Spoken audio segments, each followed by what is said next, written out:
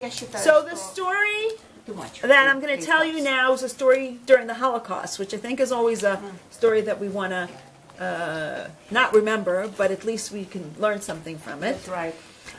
In the Ukraine, how did the Germans kill the Jews? They would make a ditch, and they would ask the Jews to first of all dig the ditch to begin with. It was like a trench, right? Like Babi Yar, exactly. And then what they would do is they would ask the people to jump over the ditch. If they were able to jump over the ditch, they were able to run away. If they weren't, they were in the ditch and they would die. They would kill them. They would shoot them.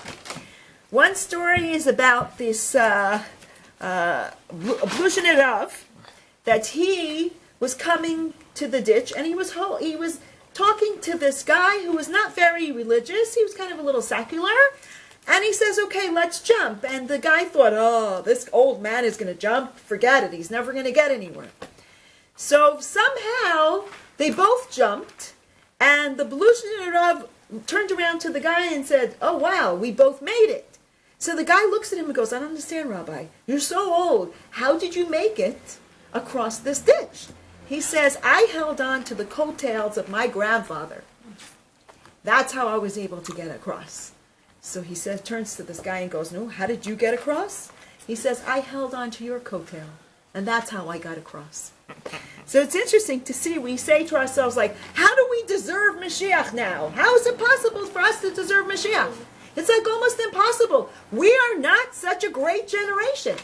We're not so wonderful. But if we hold on to the coattails of the previous generation, and the previous generation holds on to the coattails of the previous generation, we still have some sort of connection that we can deserve Moshiach. What is it talking about? We talk about if we have two people standing, and they want to get over the wall, and the wall is very high. So the tall guy will stand there and put the short guy on top of his shoulders, and the short guy will be able to see what's going on the other side of the wall. And it's interesting because us, as short little people, we're not the greatest people, but we still stand on the shoulders of all the previous generations. So we still deserve Mashiach to come. Because it's not about us. It's about all the collective souls from every generation, all the way up to now. So now, there are proofs of Mashiach in the Torah. The first, one of the proofs is in Deuteronomy. It says, "V'shav Hashem Elokecha es shavuscha v'kaptzu nitcha Yisrael." And I will gather all my leftover people, and leftover meaning us, the people who were left in this generation, and I will also gather all the Jews together. So that's in one place in Deuteronomy that tells us about that Mashiach is coming. And the second place is by Bilam. Remember Bilam from last week's Parsha? Right. Mm-hmm. The guy who tried to curse the Jewish people, and he ended up praising them. Praising them, blessing them, exactly. It all turned around. The interesting thing is, if we look at this way and we see when people come and tell us bad things and they want to curse us, we need to turn around and make it into a blessing. We need to make it into a blessing. Find the right words to use as a blessing to bless these people, and turn around and say, "I bless you. You are the most amazing person." Right. And whatever they told you, turn that curse, that bad word, into something positive and say, "I know that person is the greatest person in the world." Yeah, that's okay. Anyway, but it's the idea. So here we have Bilham, who's trying to curse the Jewish people. What happens? Instead he blesses them, and what does he say? It says, it's a kochav will come from Yaakov, V'shevet miYisrael. There will be a star coming out of Yaakov.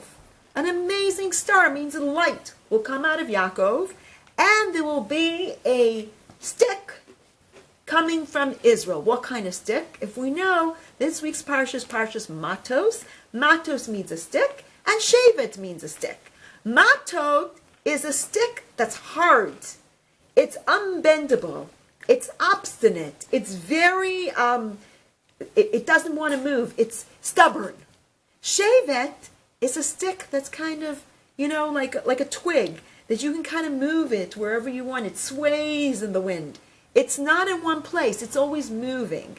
So this idea that the Shevet will come from Israel, something will come from Israel, meaning something that's going to help us in the future that will be not stubborn, but it'll be coming to us and teaching us something that's not so straight the way we're used to forever. It'll be something new and something different. Is it moving? Okay. So then, it says, what does it mean? When is this going to happen? Achrit hayamin, the end of days. What do you mean? The days are going to end? Yes, time will end. There won't be time anymore. There won't be days anymore. But there will be a world in a different way, in not the way that we understand the world. It says in Yeshayahu, "V'gor ze'evim keves," that a wolf will lie down with a lamb. Mm-hmm. You know that in the UN, it says that on the building, that a wolf will be with a lamb. Mm-hmm. Very interesting. That it's something, the sign of peace and harmony in the world. So Mashiach means what? What's the word Mashiach means? It means anointed one. What will Mashiach do? First of all, he will build the temple. Then he will ingather all the people together. And also he will restore the Sanhedrin, which is the high court, which is the Jewish high court. Meaning that everything will be more peaceful and with harmony. And there will be a new world order. It won't be like the old world. The old world that Mashiach will come into will be a world of great turmoil. A world that the governments become despots. Look at what's going on. I mean, you kind of say like, oh, it's democracy. But guess what? There's no real democracy anywhere. No. It's baloney. They destroy the whole world. They destroy everything. Exactly. Everything is being destroyed. There's no democracy. That's the kind of world that Mashiach will be coming into. The terrible world. What will happen when Mashiach does show up? It will turn into something completely different. There will be no jealousy, no hatred, no greed, no politics, and it won't be as materialistic as we look at material. As we look at the table and we look at the chairs, we will be looking at that a little differently. And I will talk about that a little bit later. Now the question is, how will he come? In what way? So Daniel says that, this is what he uses, this is what he says in Daniel. Behold the clouds of glory, one like a man. In other words, the clouds will come. He'll be coming on a cloud, which is interesting. And Zechariah said he'll be riding on a donkey, which is the idea of humble, being humble. And it's interesting that nowadays, thinking about a cloud, what do we think about?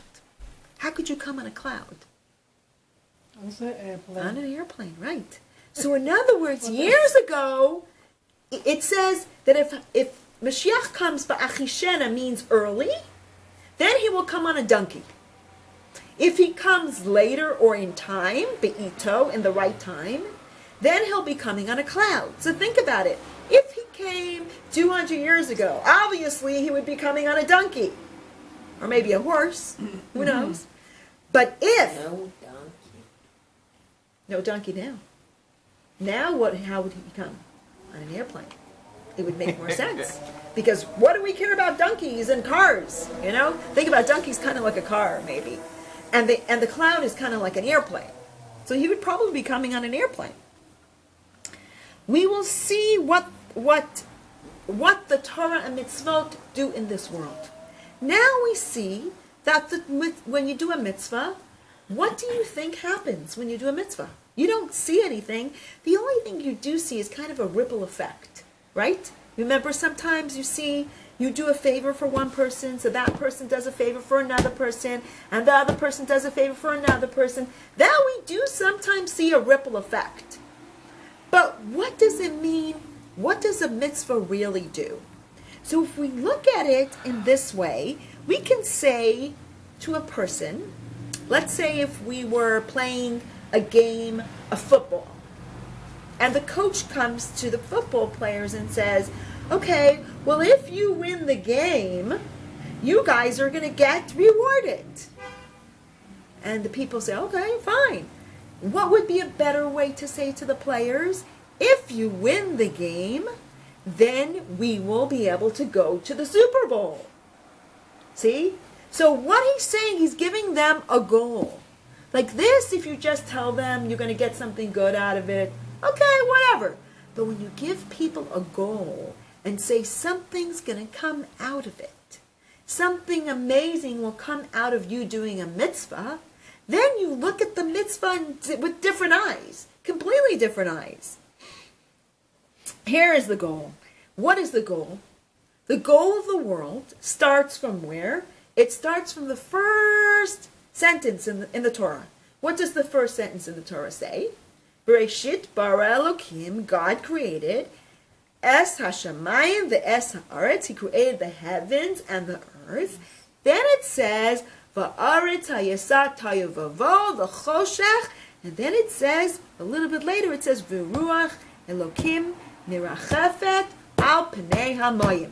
And the wind of God is hovering over the water. What's that wind of God? What does that mean? The wind, the Spirit of God is hovering over the water? Like, what are we talking about? And it says in the Zohar that we're talking about what? We're talking about Moshiach. Moshiach is there from the way beginning of creation. He's waiting to come. The era of Moshiach was the plan to begin with. God wanted that it should be a messianic time all the way back at Adam and Eve. What kind of life did Adam and Eve lead? Good one. What was so good about their life? They didn't have any problem with good and bad. They didn't see good and bad. They just saw good. Good was always there. So this is the idea of a goal. How long does God remember the good that we do in our lifetime? How many generations? 10, no? More than 10. 10? More than 10. 2,000 generations. Ten? Yeah. Oh, 1,000. I'm sorry. 1,000 generations. God remembers the good for 1,000 generations. How long does He remember the bad? For one. No, for four. Four. Four generations. But the only way He remembers the bad is if that person does bad also. He won't remember your parents' bad unless you did the same bad. And the good He will remember for 1,000 generations. Interesting, right? So you see how much good, a mitzvah, something you do good, affects the world for 1,000 generations. It keeps there. It keeps adding more good and more good. So here we have this idea of Mashiach. And what's the next step after Mashiach comes? What happens next?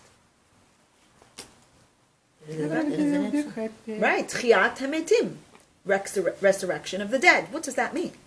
The dead people are going to come back. They're going to come alive. And it says that the first people that are going to come back alive are who? Abraham. No, Abraham, Yitzchak, and Yaakov are going to be last. But Gog and Magog will start before Mashiach. Okay, we talked in about the Gog. sea. We talked about Gog and Magog last week. Right. We But said that Gog and Magog is the first step of Mashiach. Okay? So we said that it could be already here. It could be a physical war. It could be an ideology war. And it could be what? It could also be a spiritual war. Okay? So we don't know what kind of war it is exactly. But the interesting thing is, we just heard in the news, when you talk about Gog and Magog, we just heard in the news, remember last week we talked about why we think Mashiach is coming now, what we see, the Geula, what we see in the world. What did we see? We saw in the world that people came together, they tried to fight against Jerusalem, and what happened? Instead of fighting against the Jews, they fight with each other. And in the news today, what happens? What do we see in the news today? that they're trying to go on the Temple Mount and kill Jews, right? There were some people coming with guns, and they tried to kill they killed 2 policemen. And what happens at the end? The Jewish people says, okay, so we're putting metal detectors. So what happens? They're all fighting. They're all upset. So they said, we should all make big riots everywhere. Today they were saying I think it was the Palestinian Authority, we should make big riots. Tomorrow we should make big riots and whatever. The interesting thing is when you make big riots, they don't want the people to come on the Temple Mount. Who comes on the Temple Mount ever? Besides Jews. Very few Jews come up there. Mostly Arabs. So if they're going to make riots on the Temple Mount, they're going to kill their own Arabs. It's ridiculous. So it's interesting to see that they are, instead of trying to kill Jews, they're actually killing each other, which is really ridiculous. The whole thing is crazy. They're crazy. Oh yeah. So we see, so let's look at this from the Torah. How do we see this idea of resurrection of the dead? When it says when it talks about Moses, when they went out of Egypt and they went to the Red Sea, what happened? The sea split. And what did they sing? You check if it's still working. It might not. What did they sing? Working. What did they sing? They sang Az Yashir. They sang the special song for after they got saved. But Az Yashir is future, and you shall sing in the future. So what is this trying to say? That they sang then, and in the future, the time of Moshiach, you will sing too.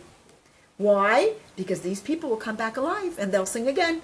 So that's the idea of resurrection of the dead. That's one thing. Second thing is when it talks about in Shema, it says, Latet lahem nachala. When it talks about Abraham, Yitzchak, and Yaakov, it talks about Abraham, Yitzchak, and Yaakov. It talks about what? It talks about that I will give you a place in Eretz Yisrael. When will they get a place in Eretz Yisrael? In Israel, as an inheritance, when Mashiach comes. So that means that this also tells us that yes, Mashiach is coming. Okay, so that's in there. Now in Daniel, it talks about who sleeps in dust shall awaken. This is what Daniel says. And in Daniel, it's interesting because why dust? There's a story with Rabbi Gamliel, who was the emperor, and the emperor. Rabbi Gamliel and an emperor.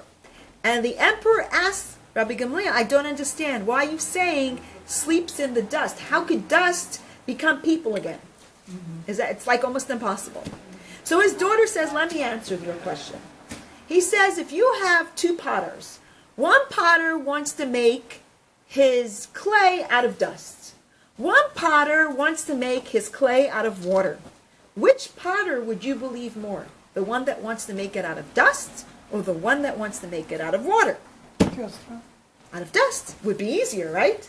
The water would be almost impossible because it would completely disintegrate everything else. So she says, when you look at birth, how is a child born? A child born through water. How is it possible that a child should be born through water? And he says, and you don't believe that a person could be born through dust? So she was comparing it, saying like, if you see such a big miracle about the water, for sure, from the dust, it's not a big problem. So that was her answer. So that's what we're saying here, is that it's possible for someone to come back from the dust. And especially nowadays, we see it even more. Why? Because everybody has a little bone that when they pass away, they have this bone that never disintegrates. And from this bone, we can take the DNA and we can make a person out of it. It's on the neck. It's possible. It's on the neck. The back of the neck, yeah. Interesting, right? So it's possible to make a person again. So we can actually, scientifically, in a way, kind of see how it is that people can become resurrected, even in a scientific way. Okay, then we see the second example in the prophets is Yecheskel. Remember the story with the dry bones? Ezekiel with the dry bones, that he went to a valley and he saw dry bones, and he said to God, can you make these people come alive again? And God said yes, and he made them come alive again. So just like the dry bones can come alive again, so too could come again alive. God could make alive the rest of the Jewish people. Okay, so that is, so what happens when there's going to be Tchias HaMeis. And the people that are buried What in now Israel. it's working. Okay.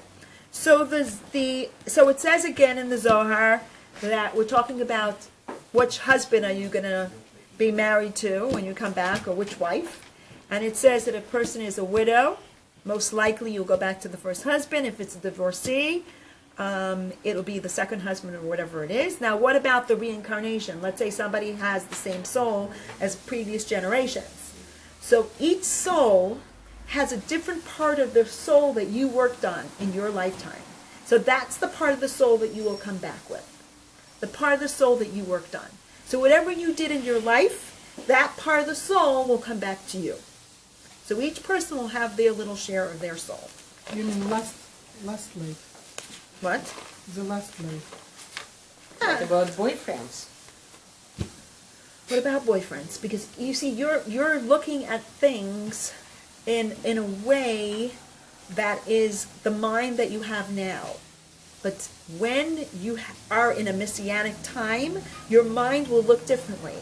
And especially when we talk about a messianic time or a time of redemption, we will think in a redemptive way.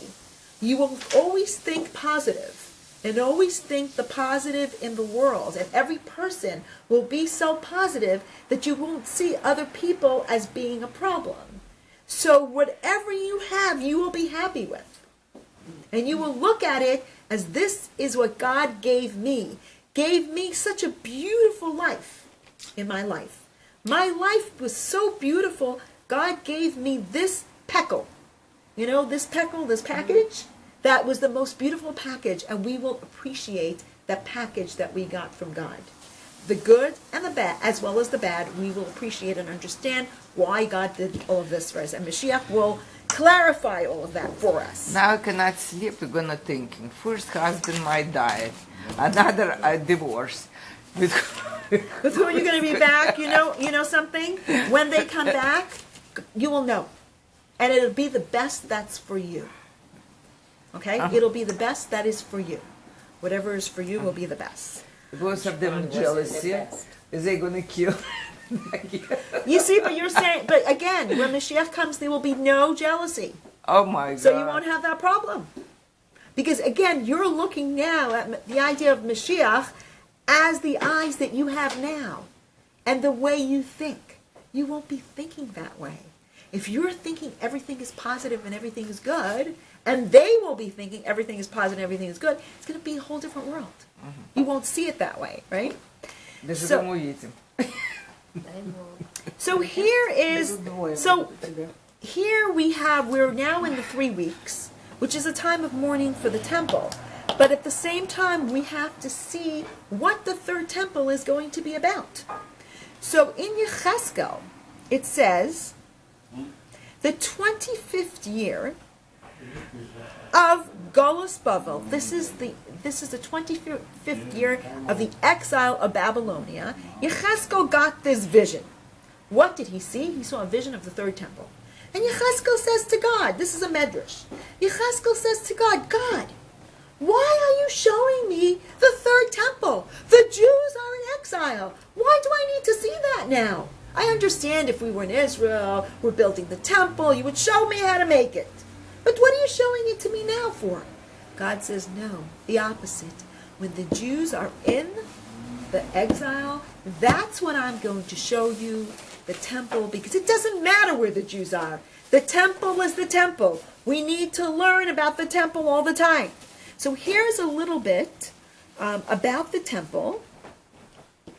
Third temple, which is the difference between the second temple and the third temple.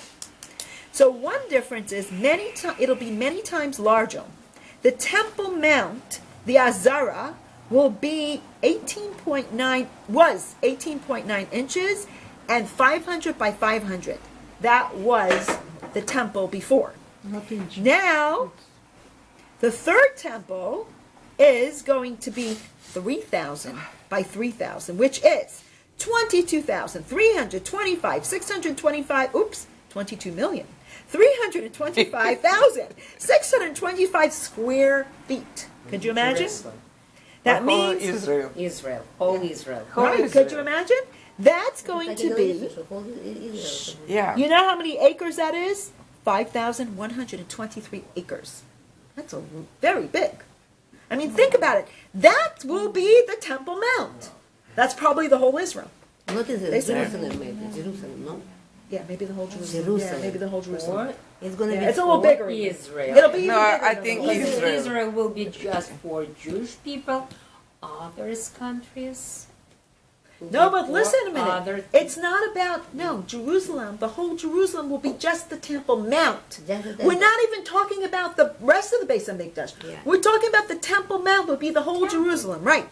It's And it will be square. The Kodesh HaGadashim, in the second temple was 100. No, not Kodesh HaGadashim. The Ezras Nashim, the women's section, was at the second temple 135 square cubits. The third temple will be 312 times 317 cubits. It will be surrounded completely, the Temple Mount. It will surround it completely. In other words, it'll kind of be like a square. So let's say Jerusalem will be the Temple Mount. So the whole area around, which is probably be as big as Israel, will be just the women's section. We're not even talking about anything else, just the women's section. And the third thing is that before iron was not used. Why wasn't iron used before? Because it says that you're not allowed to use anything that's like weapons in the Beit HaMikdash. And what does the Rebbe say? That in the third temple, it's going to be completely different. Why? Because if it's going to be made out of iron. Why is it going to be made out of iron? Because remember, there's a sentence that says that swords will be beaten into plowshares. In other words, all the things that we use for fighting, it's going to turn into what? It's going to turn into things that we can use. Мечи Right? It'll be, right, into what we can use. Very good. Excellent. That's in Russian. Because iron will only be positive. Think about the word barzel. The word for iron in Hebrew is the word barzel. If you take the acronym Beis, Resh, Zayin, Lamed, we have the four wives of Yaakov, of Jacob. Beis for Bilhah, Resh for Rachel, Zayin for Zilpah, and Lamed for Leah. Barzel, iron, is the four mothers. Why? Because what's going to happen in the time of Mashiach? The women will be high, will be the highest people. Barzel, the iron, will not be low and used for weaponry. What will the iron be used for? Good things. The Beit HaMikdash, all the positive things. And that is the four mothers. So then the women will be higher than men. When Mashiach comes, women will be on a higher level than the men. We will. It's happening already. Right now, It's we happening also- already. I'm just saying, it's happening already. We see it. Before, it was hidden. Now, little by little, we can see that women are starting to be on a much higher level than men. Actually, we were hiddenly on a higher level, but now we can actually see it openly. Not only will we go 3 times a year to the Beit HaMikdash, but we will go every Rosh Chodesh to the Beit HaMikdash, to the temple. Every Rosh Chodesh. Why? Because remember what Rosh Chodesh is? It's the women's holiday, right? So we will be on a women level, and we will go after Rosh Chodesh. And it says, it's interesting that it says years and years ago, it says why? Because the clouds will transport us. It'll be easy transportation. Think about it. Planes, jet planes, quicker planes. The clouds will transport us. So we won't have a problem to get to the Beit HaMikdash. Right? We can go once a month. You notice how much quicker the planes are going now, more and more and more? You know, maybe in a year or two, what's going to happen? We'll have planes that'll go how quick? You know, you're here now. In 1 hour, you can be in Jerusalem, in the Beit HaMikdash. Getting faster and faster. Yes, exactly. So you Теперь never know. спутники уже есть. So this is the idea. This is what we're saying, is that we can see here, little by little by little, how we are getting closer to the time of Mashiach. We already have Jerusalem. We're getting closer. Now they're having fights over the Temple Mount. Who knows what's going to happen in a few minutes, you know?